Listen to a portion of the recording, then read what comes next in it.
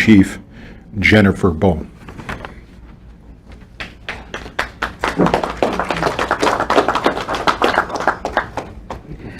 Hamitakiapi, Oyate Wachiampiwi, Imakiapi, Wipazoka Wakpa Oyanke, Hechitawahi. Good afternoon, relatives and friends. My name is Chief Jennifer Bone of Sioux Valley, Dakota Nation. First off, I want to say thank you to Elder Jesse Chasky for the beautiful opening prayer this afternoon and setting the tone of healing, reconciliation, and a better future for our next generation. I would like to begin by acknowledging my ancestors, my grandparents, and my parents, the late Chief Robert Bone and Brenda Bone, who are both survivors of residential schools, as well as all the children who were forcibly removed from their families and those who never made it back home.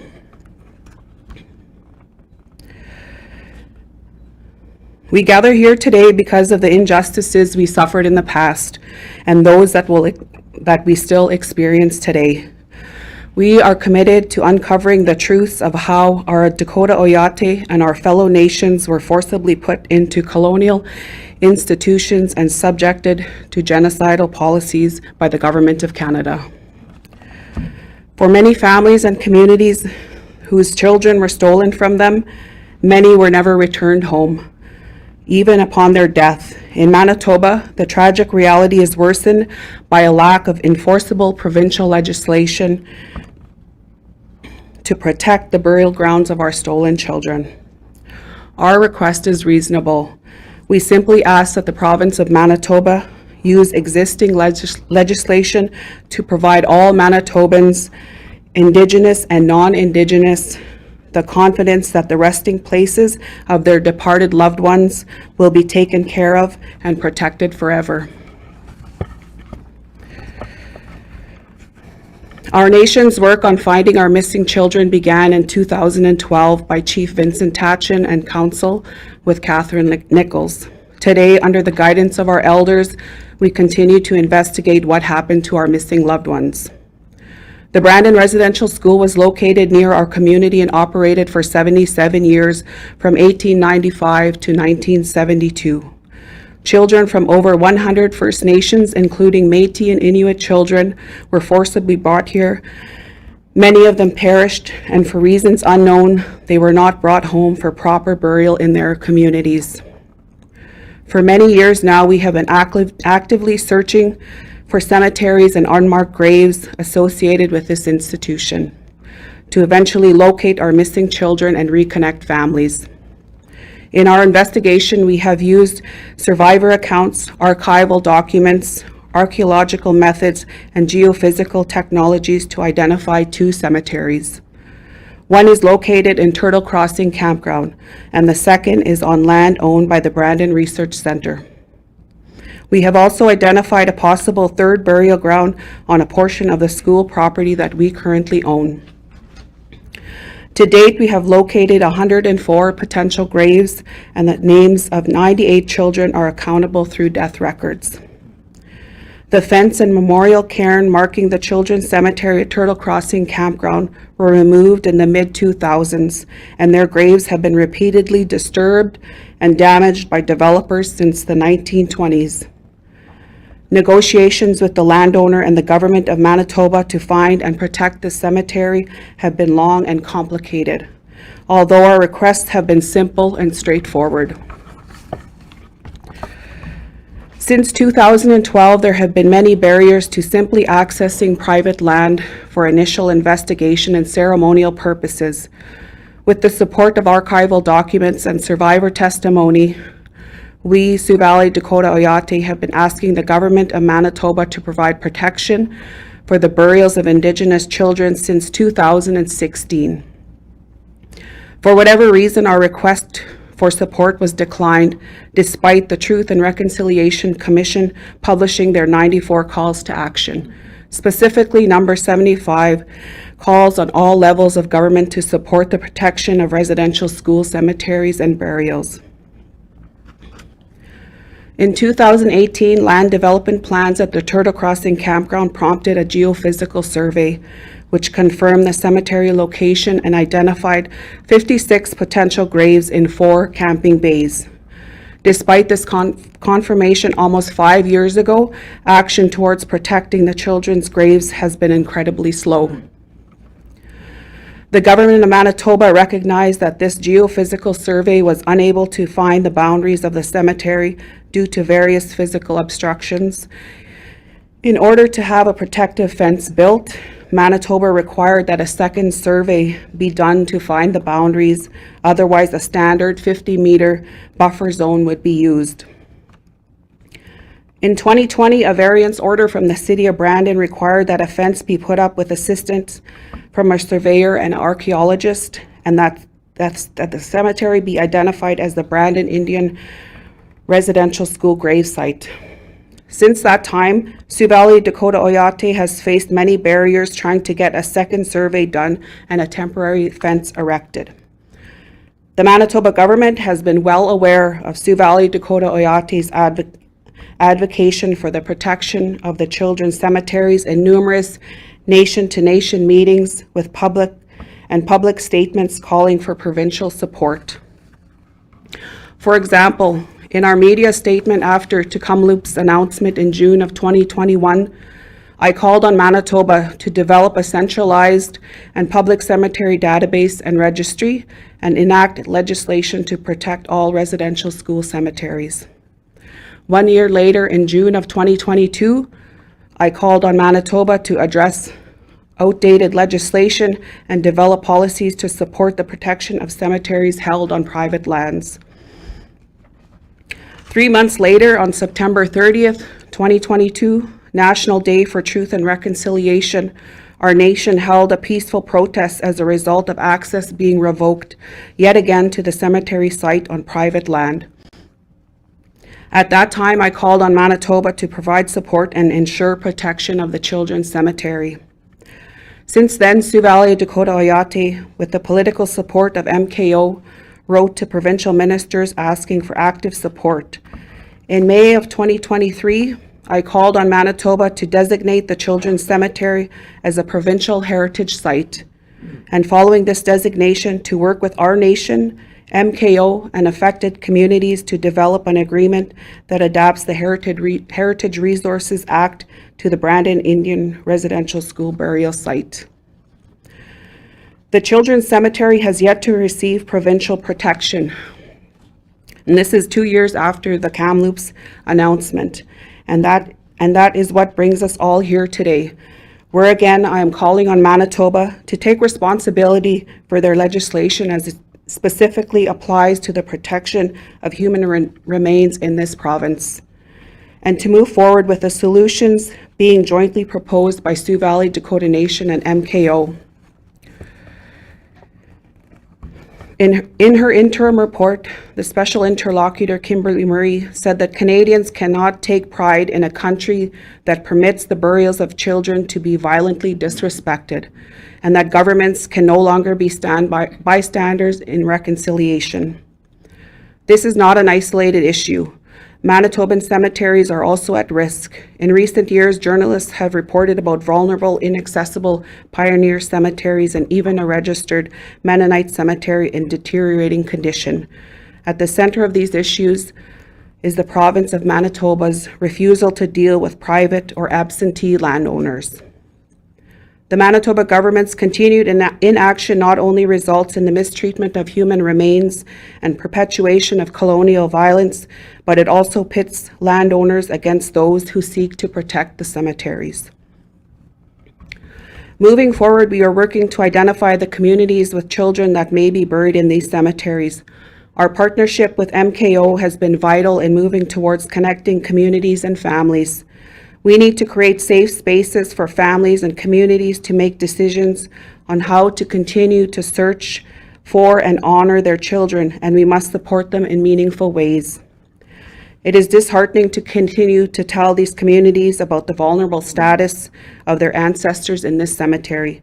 We are worried about their well-being, as each delay to protect the cemetery is devastating and brings back a lot of trauma and pain. We want to remember them today, and we pray for them. As elected officials, we are in a position to create real change. Our community is committed to finding our missing children, to the investigation of the cemeteries, and to the protection of unmarked graves at Brandon Indian Residential School. Sioux Valley Dakota Oyate thanks the elders and survivors for their significant efforts to move towards reconciliation.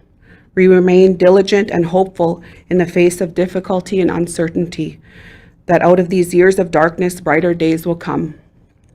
That is why today is an important step in building the foundation for the reconciliation work that lies ahead, and that is why we are calling on the Government of Manitoba to immediately implement its own principles of the Path to Reconciliation Act that was passed in 2016, and to protect the burials of all the little ones in Brandon, Manitoba, by immediately designating the location as a heritage site under Section 2 of the Heritage Resources Act.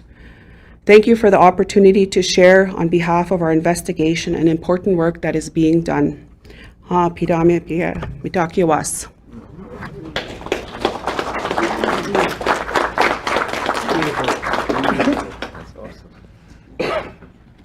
Thank you, Chief Bone. Up next, our next speaker will be Manitoba Kiwetnawe Okamakanak Grand Chief Garrison Setti. Tanse, itute magnitisanak, niwagomaganak, how mitakwepi.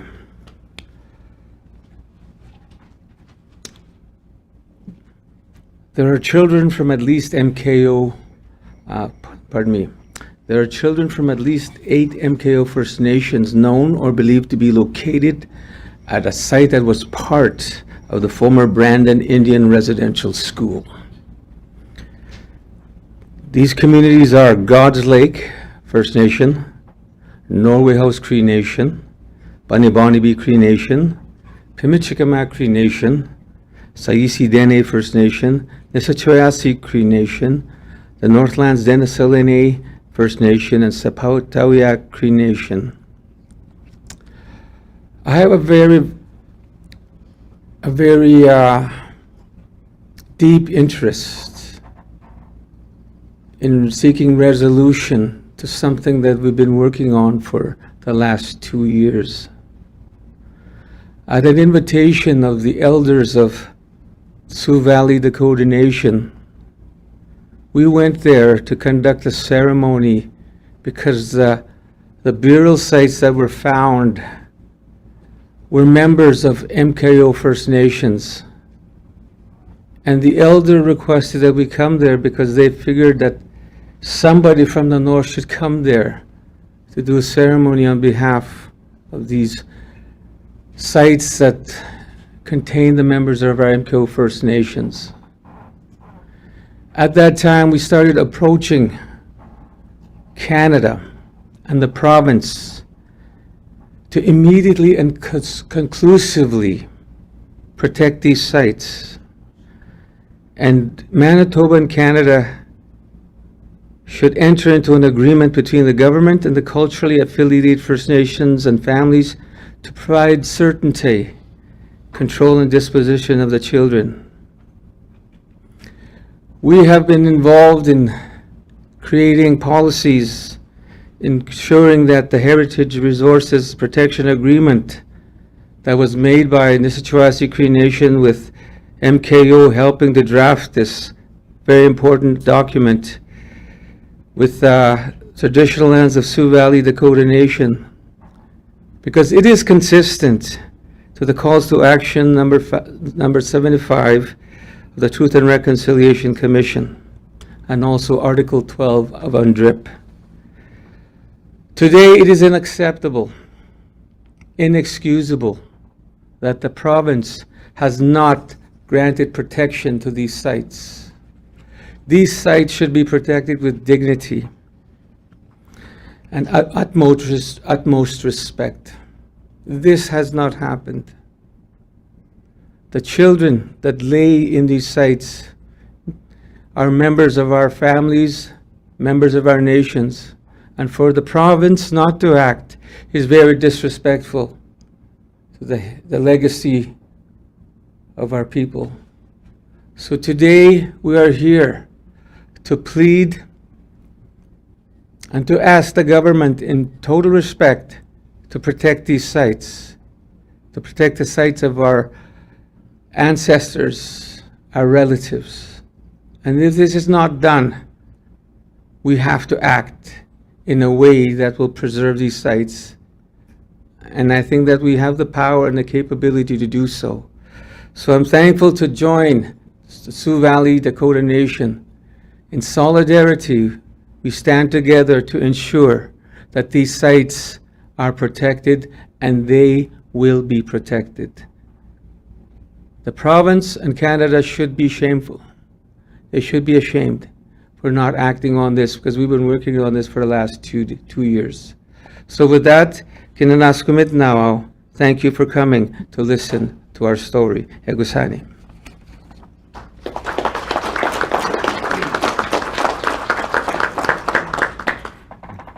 We'd like to thank Grand Chief Settee for his words. Our next speaker is God's Lake First Nation Chief Hubert Watt.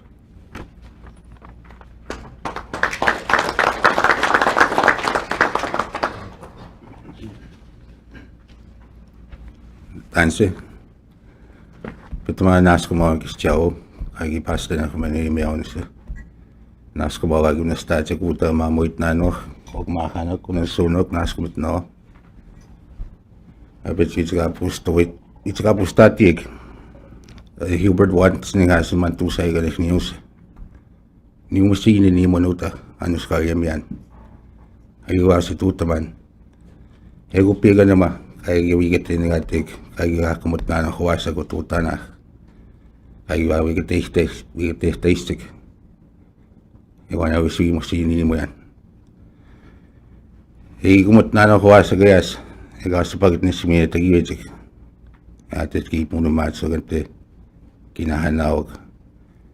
Ikaw ni mao kumawan kay tistiganus. Kaya miskutas tajik una sona. Anto to tajik una sona. Snot strategi on ni kwaskana kwa magana antigap misik esaga pe mo negos tutagunan ay hawg o kumaon misiboy gaya kisya uta si kaya ek megot ki wigaten ngunan utana mon magas tao ki absoluta gitianan. Kaya nusgate ko masuhi. Muna kan togi ko ano gani kuwak mga kan tiga misihik. Kiwas yo gani imut na ano kayas. Kispe tahawag. Muna yung mana ni kumagos kisken mi ugot nisik. Ewan ni hachi ko tuts kan no. Wi ko akos. E kumaon. Tawnes tickets. Tawichi wet. Mistake check tawichi wet check mo nogan. Ang musta mo ni gets buga pe. Kaya pa che ge we get anyway.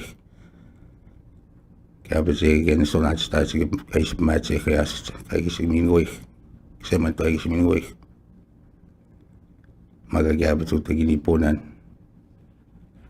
Sto po tagi we check postat na no ho misted nagkuwas ka na ito agad Istegi. Isjaw ng itap mananan tentus ko na at sumog. Wisagin tamo yabit. Kiswaswag. Mamaskat tamo kaysin. Yabit sa nas kaysin po. Kita may goy. Ay gani si tunagoy. Magamaon. Ay how. Pwede ito ako tanis tunasunog mantusay ganos. Istote pwede Wichika po sto at no. Gusto ko na nagotay. Nas kumawag. Ay kumakawis ni mayanan ego na piyag kaya gibigatin na kikumin nagagi smetahat ko ito wak maganan. Negus.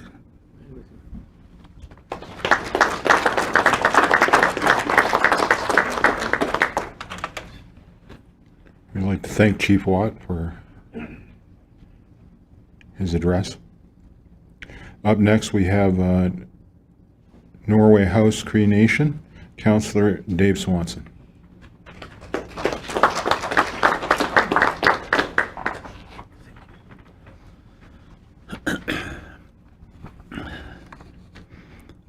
Tanse, kyllä miskat no, niistä tanas sova kapini poják, mutta pesitas koago goge, no ago magan nanak. Dave Swanson tis nigasun, kun se CP gusse. Gan naskamao gete kagi pastida gomeno. I'd like to acknowledge leaders that are here, that we're here with, and thank you to the elder for the opening prayer. I guess for us too, as a nation in our House Cree Nation, we are troubled by what's been happening at Sioux Valley in request to have this area protected. We certainly are in favor of the province acting and doing some taking the action to necessarily protect this area. Because it will affect the rest of the areas in the province if it's not protected. We had 2 residential schools in our community of Norway House, and we're in the process of doing some of the work that's been going on in Brandon, and we are fearful as well that at some point, we would like to be able to find out where all our kids went, where all our students went from our community, because we are one of the biggest First Nations in the province, and there has been a number of students that went from Norway House to various parts of the country, and some of them still have not returned. And we know that in Brandon, we do have some students that have been buried there, and we want to make sure that they're being honored. We want to make sure that they're being brought home at some point. And I think it's a tragedy in this country of ours that something like this still happens today. That we still have our governments that are still not sold. They talk a lot about reconciliation. They talk a lot about finding the truth. To them, to the governments that are out there, I'll tell you right now that your actions speak louder than words. And that's for one thing, that we are watching you to see what your actions are, and we support Sioux Valley, Dakota Nation, 100% on behalf of the North House Cree Nation, that we want to do whatever we can to ensure that this is taken care of. Egusane, kinandas komitina, nuwago maganak. Thank you.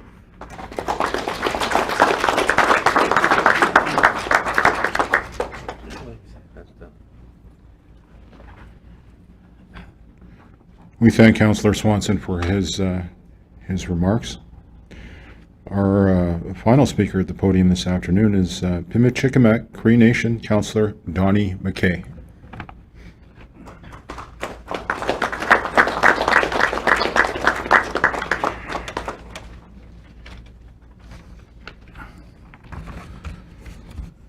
Tansinistagita tamiskatnan utaga petagusinega pepiek minogita nichogananaga mamo pitsugutanak.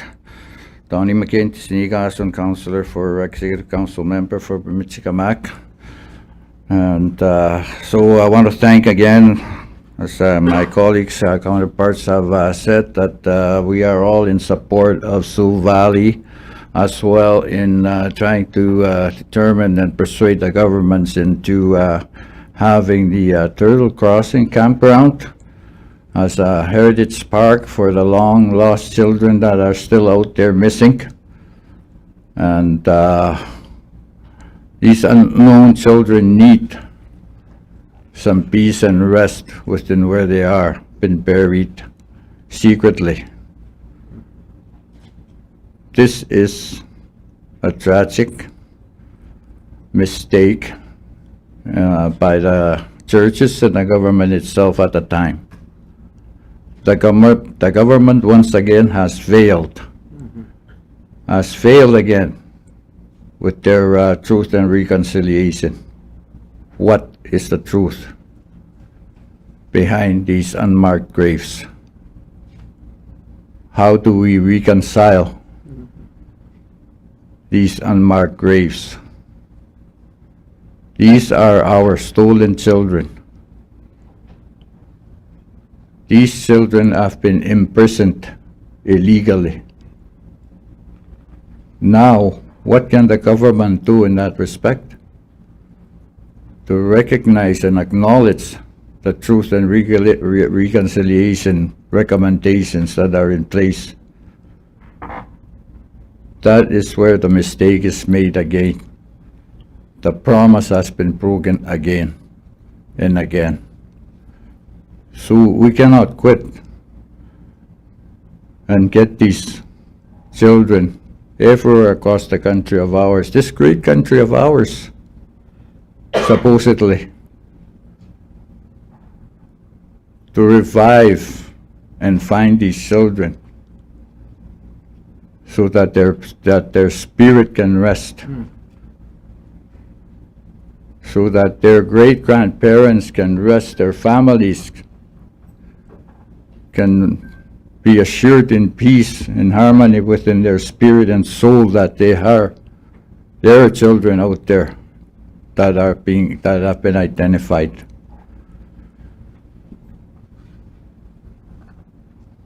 It is disheartening. It is demoralizing that the government cannot do this, to have this land given back to Sioux Valley and to rest our people from our MKO region that are also buried over there. What more can anyone say to that? So, it is sad. Sometimes I'm angry. When the Kamloops situation came about, I was sad. I thought I was buried. When I was a child, I'm a student survivor. I'm a residential school survivor. When the Kamloops thing came about, I thought to myself, what happened back then? You know? So there was some sadness, there was anger, there was anxiety, and depression that came all at once again. It re-traumatized our people.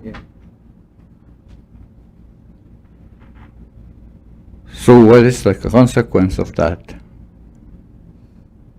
How do we determine the appropriate measures into trying to get what Sioux Valley is requesting and what our MKU communities expect from this, to identify our people that are out there, that they were,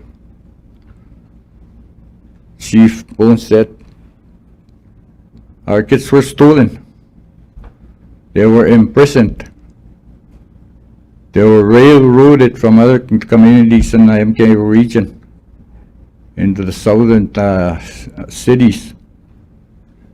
So we need to find the truth and reconcile. Agusani, thank you.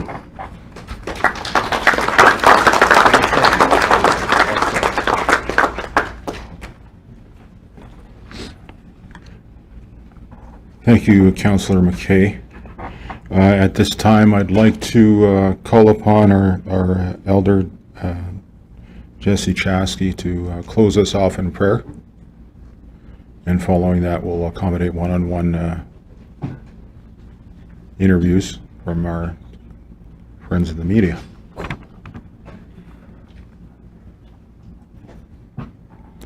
Once again, ladies and gentlemen, this is Sioux Valley Dakota Nation Elder Jesse Chaskey.